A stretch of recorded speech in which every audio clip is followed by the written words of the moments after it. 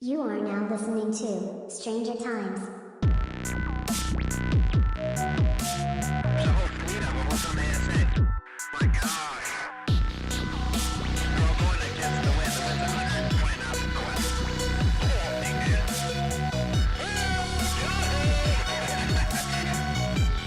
It's rotating.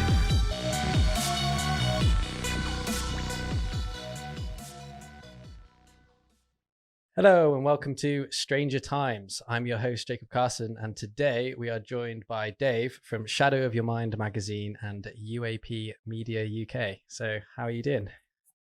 Not too bad, Jacob. Thanks for having me on.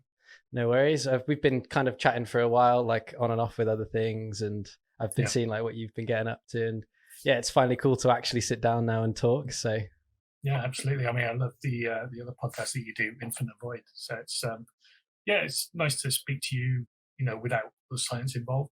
yeah, no, totally. It's quite funny because I've always like been like massively interested in like the whole UFO kind of like phenomenon, and I've delved into like the cryptid kind of aspect with it with like a few podcasts and stuff, and I've always been kind of interested in it, but I've never kind of like known what kind of route to take. And recently I've just kind of seen like podcast is kind of the way to go because discussions are just fun. Yeah, absolutely. I mean, there's so many people out there as well. I think, the last year or so, 14, 15 months with everybody at a loss of what to do with themselves, through various lockdowns, there had been a lot of podcasts and projects popping up, Yeah. which has been great because it's got more people, talking about things they wouldn't normally talk about. Yeah, exactly. I'd agree with you. I think it's going to be interesting when everybody actually like fully goes back into the office, because I can imagine a lot of people have like jumped down the rabbit hole, and they're going to be like struggling to what they're going to talk about and stuff when they're back in those environments. Because I feel it, especially even like when I'm with family members and stuff now, like just some of the fringe things that I might like look into and stuff like that. It's like, can I talk about these things here? How are they going to react, kind of thing? It's very interesting. Yeah, well, I've been down these rabbit holes for years, and I still question myself about what to talk about. So you're not on your own now. Yeah, it is interesting. So I think we should probably kick it off. So why did you decide to create Shadow of Your Mind magazine? Because I've been doing a little bit of research, and I've been keeping an eye on the last couple of what do you say they are, magazines every month kind of thing. Yes, it was. I aimed for a bi-monthly online magazine, e-magazine, so I could take advantage of like interactive elements. I could include YouTube links, podcast links, links to galleries or articles if readers wanted more information, that kind of thing. Yeah. The reason why I started it, I guess about 5 years ago, I started a new job, and two of the people there, two guys called James and Gavin, they kind of reintroduced me to this topic. So I put it to one side for a long time, what with family life, and I was in a metal band for a while as well. So cool. I kind of put everything to the side. And then when I started this new job, and these two guys started to talk to me about Coast to Coast, Art Bell, Fade to Black, and they were trying to see where my kind of interest laid. Being the new guy, could I be part of their little UFO gang, as it were? So I started delving into a load of stuff, digesting, as many podcasts and radio shows as I could, bought a load of books. And I wanted to try and find a way of making sense of the information myself. Yeah. I come from a magazine publishing background, over 20 years. So when I decided to ditch the idea of creating the world's biggest UFO wiki, I thought, well, I'll just, do what I'm good at and create a magazine to see if anyone wants to read it. That's awesome. How did you find that process? Because when you were like working in that industry, were you like solely in charge of magazines then, or were you like working on parts? Because I can imagine the task of starting something and like running the whole thing could be quite daunting. Because I tried to, a little bit off topic, but I tried to start a like an online webzine for like a local indie scene in Southampton, and Right. the amount of work that had to go into it with like design and like bleed and print and time scales and everything, it's just absolutely crazy. So hats off to you. Thanks. Yeah, well, it's a minefield. To be honest, the publishing industry. Yeah. And I was always kind of like on the design side of things. But you know, I speak to the writers, I interact with editors, and see how publishers were kind of Yeah. managing the project. So a magazine is just a project basically, and you've got a team of people, and each person has their own individual responsibilities. Unfortunately, for Shadows of Your Mind, all that is on my shoulders, Yeah. pretty much. And it's not a full-time project either. I do it in kind of my spare time, so trying to catch an hour here or there, Yeah. just to try and get the issues out. But when I was working for these magazine companies, I was kind of taking note of the good things that were happening, the good, the kind of the approaches to the magazine kind of production side of things. Seeing what kind of features worked, what kind of articles would interest people, and I just took that kind of knowledge and kind of cobbled it all together, stuck it in an online format, because there was no way I could afford to have this printed at the moment anyway. Yeah. And then I decided to make it free, so as many people could access it as possible. And that in itself is like a huge commitment as well, because like you're saying, there's so much work that goes into it, and then for it to be free as well, you are like really relying on like the goodwill of like how people kind of absorb it, I guess, and how they share it and how they promote it and stuff. So that's and at the same time, it's a pretty bad business plan as well. Yeah. No, that's very true. That's very true. So you kind of mentioned there that you kind of want to like get this like knowledge or help people find like the right kind of material. Is that kind of the end goal? You kind of want this just to be like all of the paranormal kind of ufology, cryptid stuff? You kind of just want all of that to be out there and kind of like just more open as a topic? Or well, what I wanted to achieve first of all was kind of producing information in an easy to read format that people can understand, because there's a lot of books out there, there's a lot of podcasts and websites where you just get bombarded with stats, data and information. You don't know who's telling the truth, who's giving you good information and who's giving you misinformation or even disinformation. So I just wanted to try for myself to work out who the better people were to kind of pay attention to, and who to just totally avoid, because there are a lot of charlatans out there who are just in this for money and the celebrity status that it brings them. I think as well, like doing a magazine, you can obviously put a lot more in it too, because with like say a social media post, you're very limited to like how many pixels you've got on a screen, or even with like an article, most of the time, sometimes anyway, they can be like clickbait, or they're trying to get you there so they can use their AdSense or whatever it is. And like I've definitely found like with like magazines and like books and those kinds of things, you can definitely put a lot more in, and you can like kind of get a feel for what the writer's trying to get across too, which I think is always good. Yeah, and the same goes for interviews as well. You might be speaking to, you might have someone on a podcast and they're talking about things, but if that person's been somewhere like Skinwalker Ranch, say, or they've been up on the Mesas Surround Dugway Proving Ground, or they've been to Wright Patterson Airfield, or they've been in the forest looking for Bigfoot, you can't show a picture on the radio.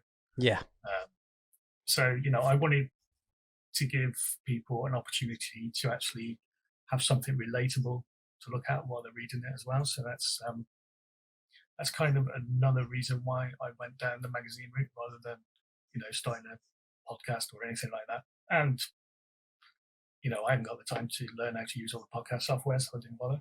Yeah, that's fair. It's definitely unusual. Like the amount of like different programs I was bouncing like around between at the beginning and like trying to figure out if like what program I wanted to use to like hold the interviews and stuff it's definitely weird. But no, that sounds really cool. So would you ever like, do you see like the magazine doing like any like big collaborations with other magazines, or are you trying to like keep in your own, like build your own kind of lane in a way? Well, when I looked at kind of the magazines that were around when I first started, which was I had the first idea around July 2017. Okay. And then the first issue launched in November 2017, a month after To the Stars Academy had their big, video press conference. Yeah. Looking at the other magazines, especially in the UK that were around, you had Ufo Truth Magazine, which is Gary Heseltine's, who runs the Prufos database, which is the police reporting UFOs. Okay. They kind of end up on his plate. You got Outer Limits magazine, which is produced by a guy called Chris Evers. He's up in the north of England. There's Phenomena magazine as well, which is another free magazine. I know the guys quite well there, Steve Mara and Brian Allen. They're really good people. And those were the only kind of 3 magazines that I could see in the UK that were dealing with the subject. Apart from 40 and Times, obviously, which is a huge newsstand publication. But they've historically kind of sniffed at the UFO subject. Yeah. They tended to deal more with the mysterious and the paranormal, and what they call little green men or flying saucers. They tended to steer clear of. So seeing the tone of these other magazines, I kind of wanted to kind of be like this new kid on the block, kind of a Kerrang to a Rolling Stone, Yeah, kind of thing, or like Match magazine compared to 442, yeah. that kind of thing. Just something easy for people to pick up, dip into every now and again, and then share if they wanted to share it, which thankfully a lot of people did. I was going to say, yeah, because that's something that I found, especially with like content anyway in the UK, whenever it's like a radio show or whenever like somebody's on the news, it doesn't seem like it's really ever took seriously, or they have somebody from Ancient Aliens on there talking that maybe isn't the correct person to be having that conversation. And I definitely found that with like your magazine, it's much more relatable, and like the way that it's designed as well. I can't like think of a word other than cool, but it's just like it's aesthetically pleasing, and I think that's good too because that makes it easy to like digest as well. Yeah, thanks, appreciate that. No worries. I mean, I've got huge plans for it if I can have the time and the backing to actually do it. I'd love to have an accompanying podcast, a website that can be updated daily, and just make it more of an app rather than a magazine. Okay. So you just go on there and I just upload. I could do so much more if I had the time and the money to do it. But at the moment, I'm happy doing what I'm doing. Who knows what the future will bring, but we'll see. Well, hopefully, with everything that seems to be coming out, it's actually a little bit crazy. Like, there's been so much like UFO stuff in the media. It's like overwhelming almost. It has. In the last few months, we've seen a definite shift in how the media are reporting it, especially in the UK now. Yeah. Gone are the the stock image CGI aliens on the front cover of the Daily Star or the Sun or Daily Sport, whatever, and aliens stole my grandma. That kind of headline. We've moved past that quite a bit. I was going to say that I noticed that they, instead of using like the CGI UFO photos, they've started using photos of like the Pentagon and very like government official stuff, and it's like, oh, yeah, it is. There's definitely been a shift in tone, and that can only be a good thing for people who are trying to get into this. But the problem that we have in this country, especially the media, is the stigmatism is still there. yeah. It's getting better, but it's still there. But we don't have any kind of experts that we can call on. Yeah. Who can talk about this thing. I mean, that's why you see Nick Pope, who worked for the MOD as a junior desk officer in the air, the air sec 2A. Off the top of my head, can't remember. I'm writing a feature on him anyway, and I can't remember it. But he wasn't as informed as he likes to make out he was. Yeah. But he's always the person that the British media will go to because he worked for the MOD. Yeah. So that was part of the reason why, as you said before, we're probably going to speak about UAP Media UK later on. But that was another reason why we wanted to set that up, so that there can be different voices to talk about this field in the British press. I mean, there's plenty of British researchers out there who can talk about this subject with authority and with a lot more knowledge than someone like Nick Pope has. I was going to say to you, do you think, say in the coming years, because it definitely looks like this anyway, because, well, if like Sam Harris is to be believed with what he was saying on his podcast when he was talking about how some like psychoms people are being like debriefed and stuff like that. Do you think that, because that's got to be a great thing, right? Because if we can get scientists looking at the issue and then they can relay it in a way where people like us, like that create the content, can then take that, turn it into something that is like super digestible for someone, and then like push that message out there further, it kind of just feels like it's all snowballing now, kind of thing. Like, but I don't want to get my hopes up too, because like there have been people their entire lives saying that it's coming, kind of thing, and it hasn't. So like, it's weird, isn't it? It is, but I think, you know, we are starting to see that, and I think people like Sam Harris have been briefed, or he says he's been briefed, and that's not just for the public.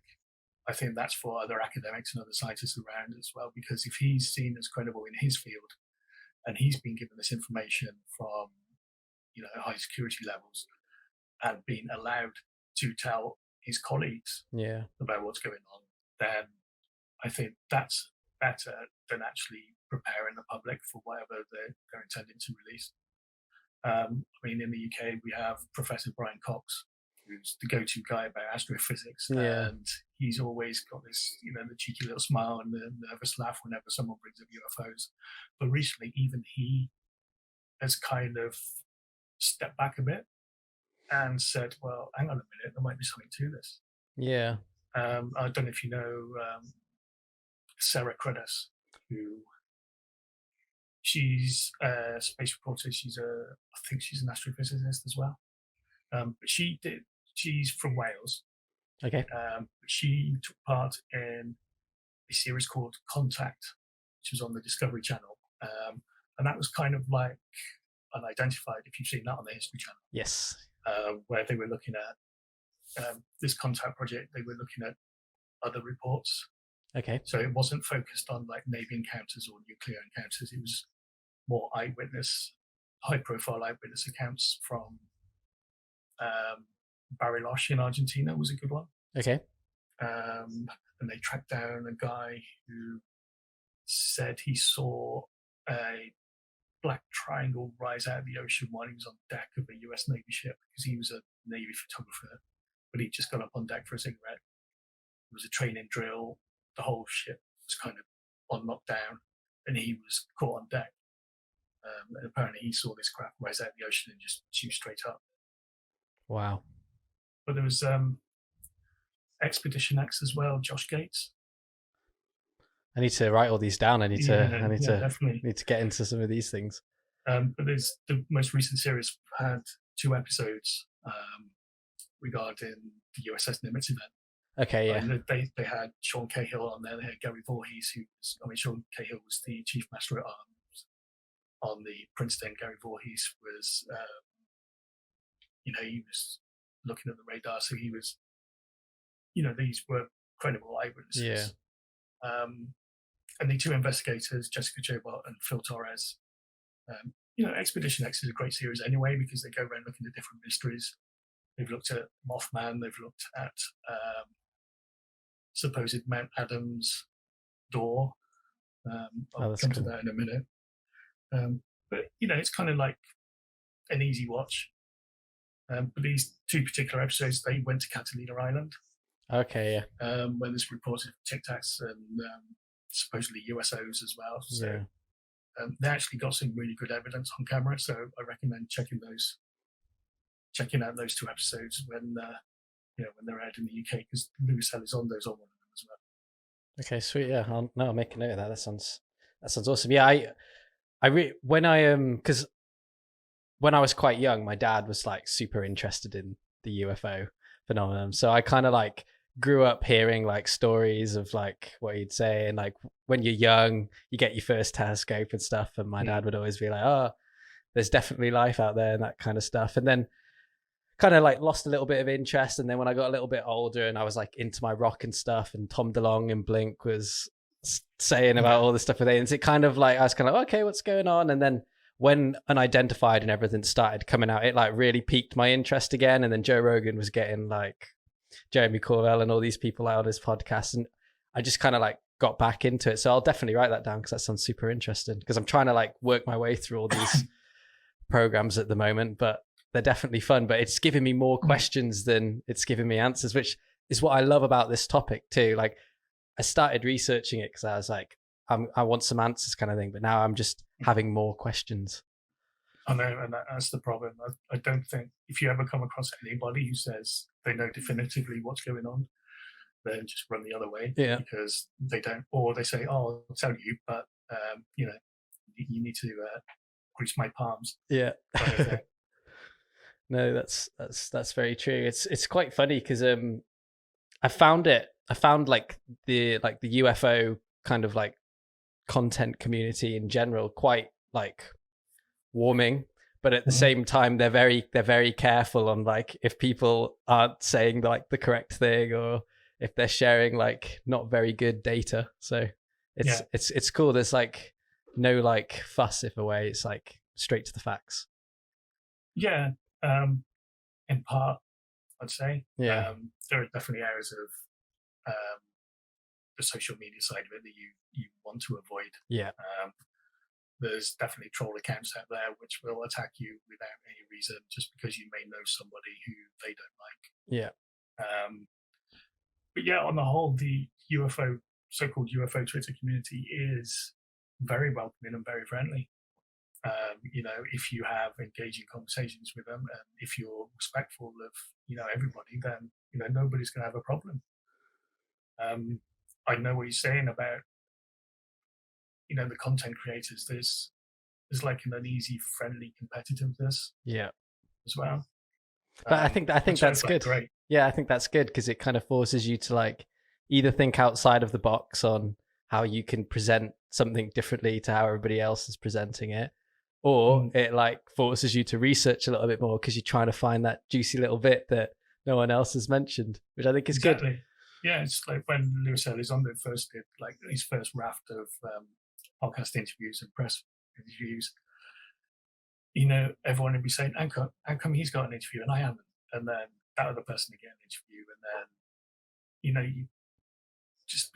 there'd be so many shows and interviews that Lewis Elizondo was doing that people were struggling to find questions to ask him because he's still under these non-disclosure agreements, and he still holds a security clearance. So what he can say is, you know, you have to find ways of rewording your questions. You have to be very clever, and he knows that people are getting cleverer and cleverer. So he's, I think he's enjoying it at the moment. I was going to say that must have been like quite daunting at first, because like you must know going into every conversation that people just like want to take information from you, and you also have to be careful and not caught out on what you say too. So exactly, and I think you can see from, you know, when the videos are, you know, when there's a video associated with the podcast or radio show, that you can see him pause and think, and you can see the cogs whirring in his head, thinking, like, how can I sidestep this, or how can I approach this question without saying something I shouldn't? But you know, there are other people out there. Some people think that this whole raft of UFO news only started with the Nimitz event in 2004, when historically there have been cases going back years and decades. And it's some of those that we have to start looking at again, and kind of, you know, getting a fresh pair of eyes on them, looking at the data, seeing if there's anything that was missed previously that, you know, perhaps we can approach in a different way. Yeah, well, I'd agree with you, because when I started like looking into it, the whole like idea of like from the Roswell crash, and the idea that it's whoever the like extraterrestrials may be, if they are extraterrestrials, are like looking at this like nuclear capability and all this kind of stuff. And I just find it like really fascinating. And like you're saying, like I agree with it. It shouldn't just be the Nimitz thing, because there are like so many UFO incidents throughout history that there have been so many accounts of as well. Like even with like the Phoenix Lights and stuff like that. Like it's interesting, even if it's not alien and it's, I don't know, like human. Yeah, I mean the focus on the Nimitz and the Roosevelt event as well in 2014-15. I mean, it's good because they're going to be included in the UAP task force report anyway, and we have strong data associated with these cases. So that's perfect to focus on that kind of thing now. And I think once that's kind of once the reports come out, which I think is in 10 days or so, we can then perhaps take stock at seeing how far back we want to go. Yeah. First of all, because Roswell has been done to death, in my opinion. Yeah. I know that there's a few authors out there who will release a new book on Roswell every 2 years, claiming they got new information or they found new data. It's just a way for them to stay relevant, in my opinion. The same with Rendlesham incident as well. Yeah, no, I'd agree with you on that. You know, whenever the publisher asks for another book, then someone will invent something else, or they'll just, you know, oh, by the way, something I just remembered. I found in my old notes in the box that I haven't touched for 40 years. I've moved house 5 times, kind of thing. So I tend to look at older cases myself anyway. Yeah. I prefer reading like the older books from the 50s and 60s. People like Donald Kehoe, Howard Wilkins, who was a UK researcher, Coral Lorenzen, who started the APRO UFO investigation group. And there's people like that because they're so rich in information and eyewitness accounts that you kind of feel like you're transported back there as well. Yeah. You're walking along the investigation with them. And some of Donald Kehoe's early books, in the early 50s, he had access to US Air Force pilots. Oh, wow. Until the Air Force decided to clamp down on pilots giving out information regarding sightings in 1952. So previous to that, he was getting high-quality eyewitness testimonies. The Air Force couldn't work out where he was getting this information from, so they just shut it all down. And the same thing happened to the UK RAF pilots as well in 1953, when the Royal Air Force, who were having these encounters, they're being tracked on radar, they're in logbooks which you can find in the National Archives. Like 1953, the Royal Air Force stopped pilots talking to the press or investigators about what they were seeing. That kind of helps me lead on to my next question, because I was going to ask you, do you think that the UK has now like a UAP kind of task force, or do you think that we haven't, or we don't, but we have people looking at it in different sectors kind of thing? Like if there's an anomaly, it kind of gets sent somewhere or reported somewhere, but we don't necessarily have like a group or department solely researching it. Because I can imagine that would probably help with the stigma in the UK, because obviously in America, they're just putting out so much information at the moment. It's easy for like the media to kind of run with it. And I feel like in the UK, there's not much apart from the UK reporting on what happens in America, which is great because it's helping kind of get the story out. But I just wonder if the UK had something like that, if it would help, because they could kind of like debrief, like you're saying, like scientists and stuff in the United Kingdom. Yeah, well, it's always been said that the UK will follow America's lead on this topic because of the wealth of information coming out, and because they've had ongoing investigations and departments looking into this phenomenon. In 1951, the Flying Saucer Working Party was opened by Sir Henry Tizard in the UK. And Winston Churchill sent him a memo as well saying, you know, what's all this news about flying saucers? Is it something we should be looking at? Yeah. And in 1952, the Working Party was shut down because it was considered there was no defence threat to the United Kingdom. That was their conclusion. Yet in 1953, they reopened. So obviously they wanted to look into it. Yeah. And then you had like the, I think it was the DI Tech Department of the MOD, which was looking at it for a while, along with the Air Ministry. And then that gradually evolved into DI-55, which was like one of the higher branches of the MOD. And then from there we get, Nick Pope's department, the UFO desk. Yeah. Within the Secretary. Yeah, it's coming again. I can never remember the name of that department off the top of my head. I should have it on a little post in there. Yeah. But he wasn't the only person to work on that UFO desk. There were plenty of others. But he's the only one who's decided to make a career out of the fact that he did work on there. But all that happened was, UFO reports are coming from the public, land on his desk. He'd work on it for maybe a couple of hours a week. He'd shuffle a few papers, he'd make a couple of phone calls, and then pass that information onto the DI-55, which is where the real UFO investigations would take place in Whitehall. There's always been rumours that Rudloe Manor in Wiltshire was like some sort of secret facility that looked into UFOs, kind of like our version of Area 51. Yeah. You got RAF Boscombe Down, which isn't that far away. RAF Mildenhall has also been referenced with the subject, as has Porton Down, which is where they do the chemical and the biological testing.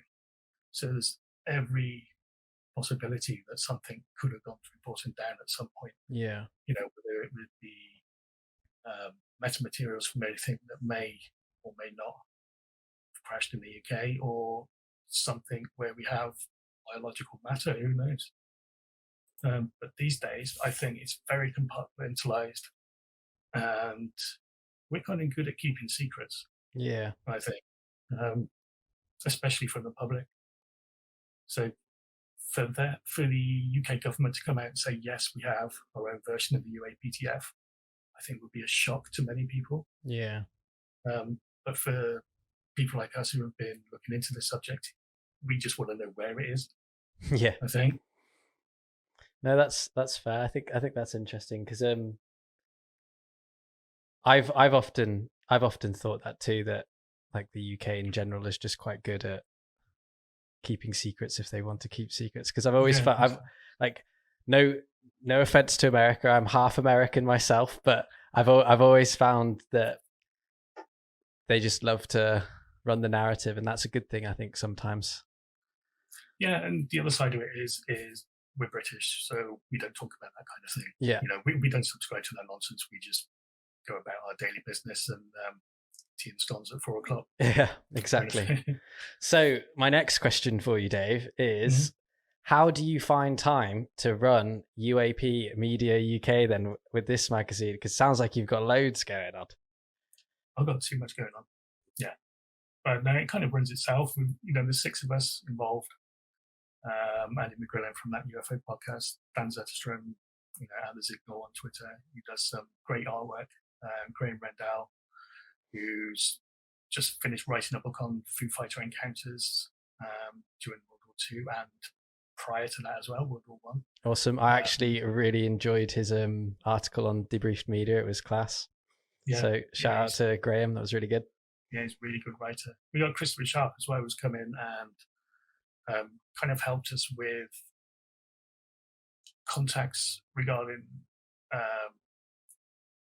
kind of getting our minds orientated towards the political side and the journalistic side of UAP Media, which was an area which we were lacking before we invited him in. So he works in London, so he's kind of got like a closer ear to the ground, so to speak, in the city centre. So that's really good. And of course, Suzanne Goldsack, who's possibly the main writer and the main, he calls himself a UAP activist, which is great. He's just trying to get the information out there. He's, tagging journalists and politicians, and he's trying to force the conversation at higher levels in the public arena, which is brilliant.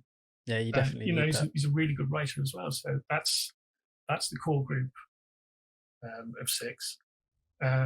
We have like other people that we speak to as well, who will help us with whatever we need. So it's a big project. We were under no illusion as to how big it was going to be. And as you've mentioned, we've definitely seen a shift in tone in the UK press recently. I was going to say, that must be great for you guys at the moment. It'd be even better if we knew whether we had an impact. We do speak to a couple of journalists, and whenever we put an interesting article up on the website, uapmedia.uk, we will send it out in a newsletter to a number of email addresses of journalists that we have on file. And we'll also tweet it out to other journalists that we don't have emails for. So some of these contact details that we have, we've seen their publications pick up on the UFO topic recently. So The Guardian has been probably at the forefront of this in the UK, and The Independent as well. But recently we've seen The Spectator write an article, which was a pretty big shock. It's kind of like the New Yorker when they did their article. Yeah. In the US, you don't expect a magazine like The Spectator in the UK to do something on UFOs. It was a nice surprise, actually. Yeah, I can imagine, because I was surprised as well when Scientific America did one. Because I was going to say, one person that's like one company that's done a really good job, I feel, is Vice. I don't know if you've been checking out some of their articles, but I feel like they've done a pretty good job in like the last couple of months, kind of ramping it up and talking about like the different approaches that they want to take to it and what it isn't, which I think is a very good thing. I like how all their articles have been saying what it can't be, and like I thought that was quite a good way of doing it. But no, I'd agree with you. I think it's interesting, and that's really cool that you've got this group around you at UAP Media. So do you plan on like growing it to a point where it's going to have all forms of content too, and kind of run a bit like a network / publication, or are you planning on just having it as like this new age media force that's going to disrupt the internet and get the message out, kind of thing? I think a bit of both. I mean, we're kind of halfway there anyway. Yeah. Because Andy's got a UFO podcast, which is rapidly climbing. I was going to say, it's blowing up, isn't it? Yeah, I mean, he only started it last April, April 2020, because of lockdown. Yeah. And to see him go from those first couple of interviews to where he is now, and the caliber of people that he's had on his show throughout the last 12, 13, 14 months. Yeah. It's been really good, and it's really helped the subject along. And I think that's why it was him and Dan that wanted to set up kind of European Media first. And they were discussing who else to bring in. Yeah. And I've been speaking to Andy since pretty early on. I just reached out to him and said, "Look, really enjoy your show. You're doing great, mate. If you need anything, then get in touch." But then he kind of brought me in, and then we were looking for a fourth person, and we just went straight for Adam. So that's kind of how that started, and then it took a while to get it all going. I think we did a soft launch at first because we didn't have the content ready. Yeah. We just wanted to set it up, and we announced it on Twitter. But since then, there's a load of articles on there, all different topics, but mainly focusing on what's happening in the US. If we could speak about what was happening in the UK, that'd be great. So if anyone from HM.gov want to get in touch with us, then they can do so through the website. I was going to say, have you seen like a rise in like people wanting to like write articles for you since there's been like a surge in the media, or like people that want to talk to you guys or have questions and stuff? We've had a few people get in touch with us with different sightings and different experiences that they've had. We've all got our own associated email address with UAP Media, so I can only speak on my behalf and the main press at uapmedia.k account.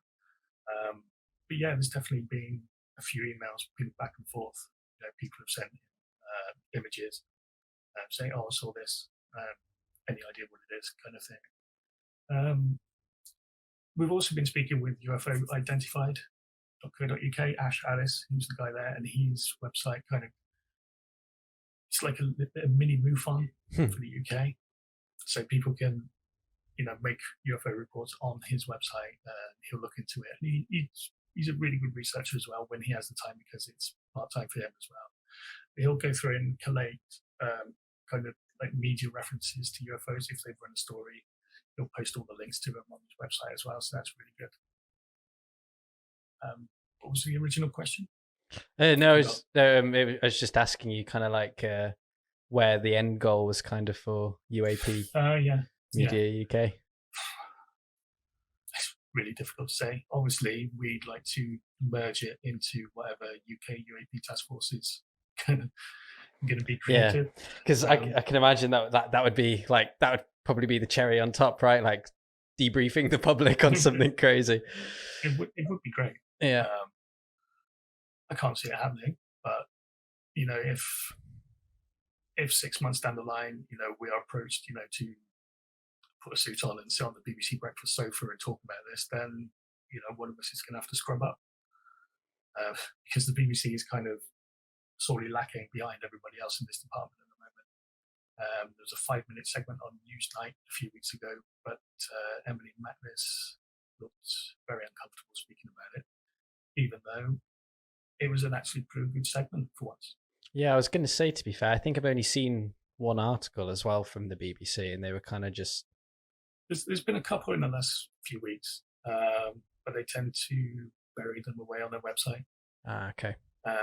You have to know where to dig to find it. Usually it's in the US, the US section of the website. I was going to say, they don't make them very user friendly either to share, because they take the thumbnail and stuff out of them on Twitter, and they end up just being links and stuff. Yeah, but they'll find in a couple of months, well, next week, that they're going to have to shift tack very quickly on this. We have GB News, who launched on Sunday as well. So, them being a new broadcast company and supposedly being kind of like producing the news that the British public want to hear about, maybe this is a subject that they should be covering as well. Yeah, that's especially for a new broadcast station that's on preview. Just put it out there. Yeah, that's a good point, to be fair, because they're obviously going to want a bit of traction, and that would be a good narrative for them to probably... Oh, absolutely. I mean, with regard to the other TV channels, there's been rumours that Channel 4, Channel 5 ITV have been doing something. They've been speaking to people, recording segments. I personally haven't seen any of those at the moment. Other people may have. But with UAP Media, I think it's going to be a very different entity in 6 months' time. Yeah. And that's something that the six of us will be sitting around on the Zoom channel or whatever, discussing where we want to go with it, what we want to be covering. We are going to start covering more historic UK cases. There's one that's gone up this past week. We put it up Saturday from Adam regarding a 5-night sighting in Tenbury, Wales, last year. Wow.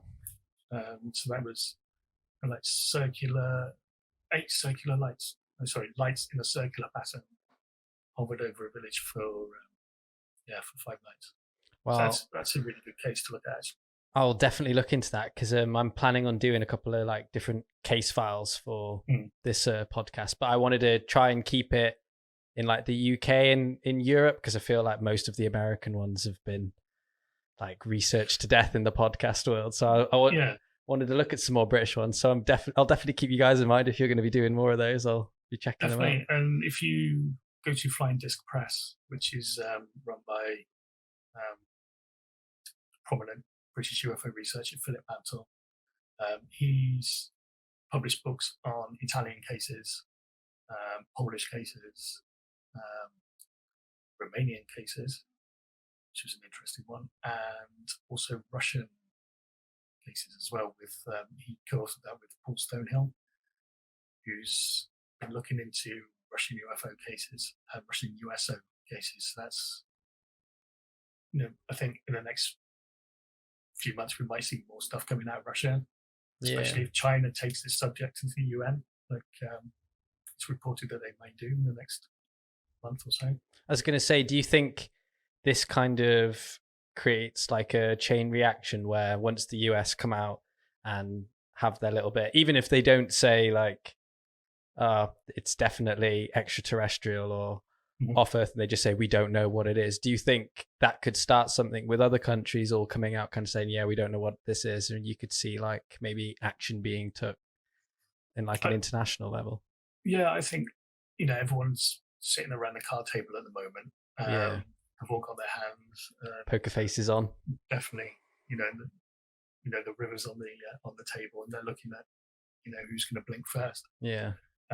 If China do take this to the UN ahead of whatever the United States is going to bring out, then that's going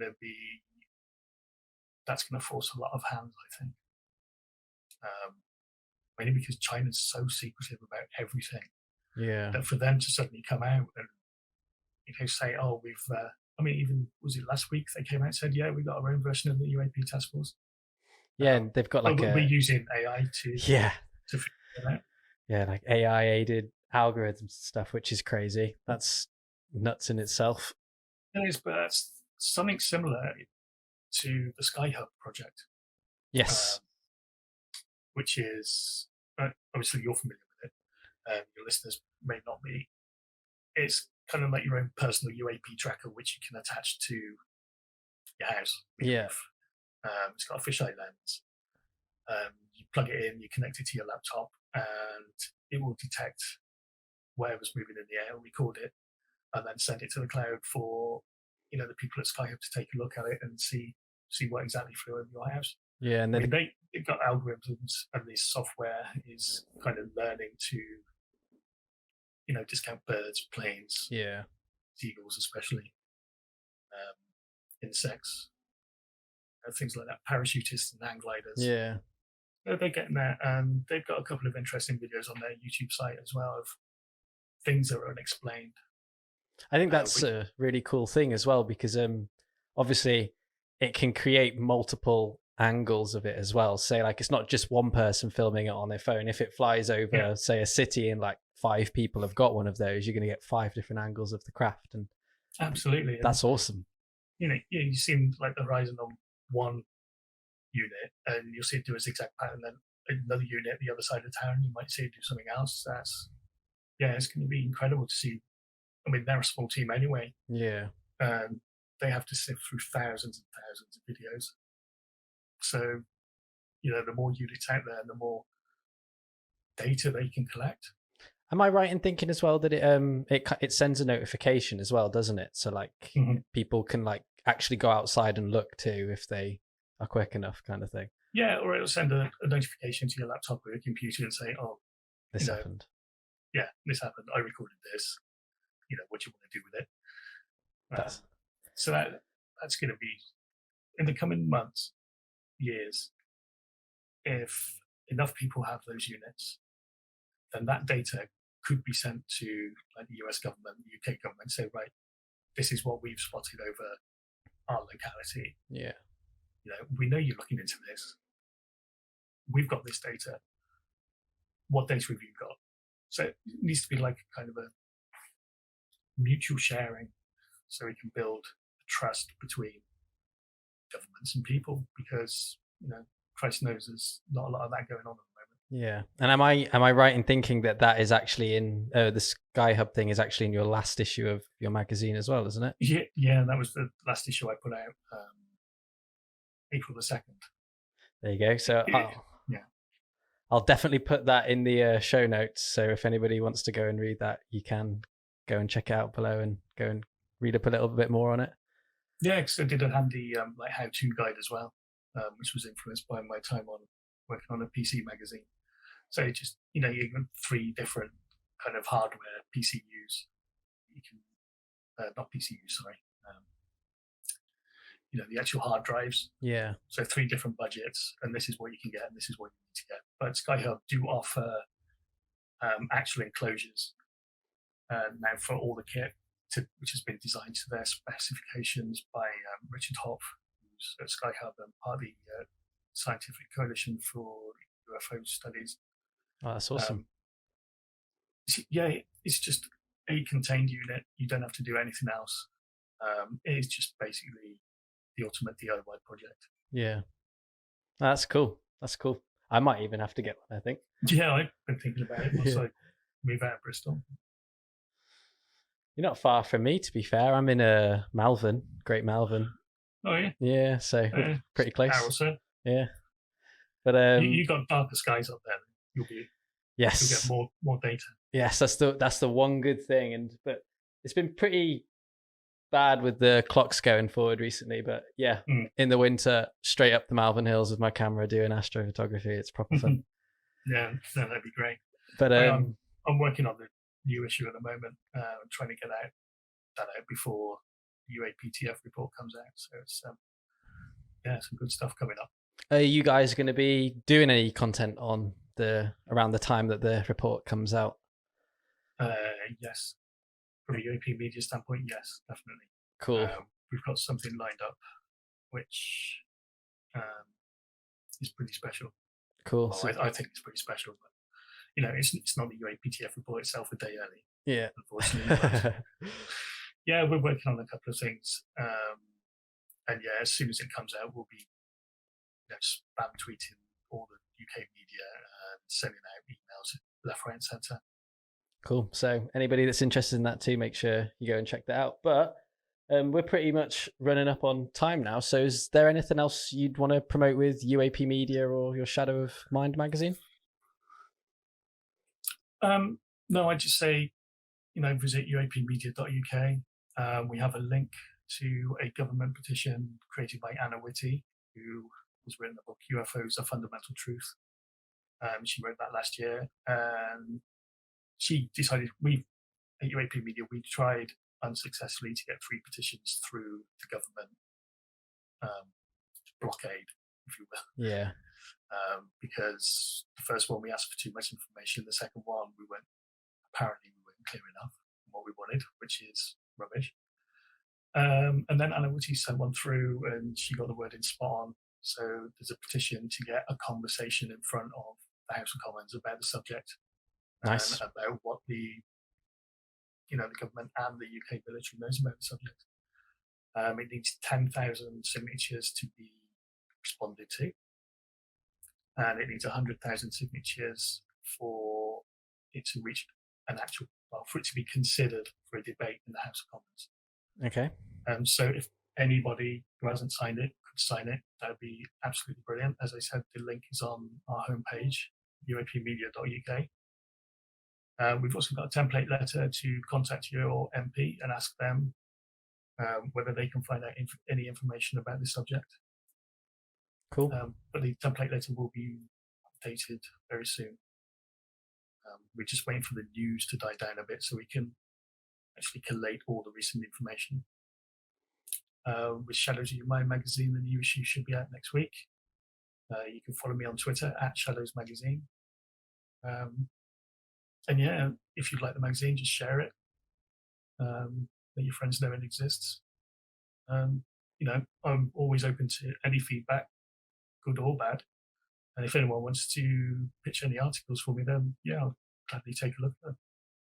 Well, thank you for your time today, Dave. It's been awesome chat, and I'll make sure I put all your links below so everybody can go and find everything easy. And thank you for coming on. Yeah, thanks very much, Jacob. It's been a great conversation. Hi everyone, it's me again. I just wanted to say I hope you enjoyed this week's episode. If you want to follow us on social media, it's at Strange Times on Twitter and at Stranger Times on Instagram. So head over there and give us a follow to keep up to date with episode announcements and when new episodes are going to be dropping. And if you're listening on Apple Podcasts, make sure to give us a nice review because it helps with ranking and getting the podcast in the charts. And if you're listening on Spotify, make sure you're following us so you can be notified when new episodes come out. Thank you.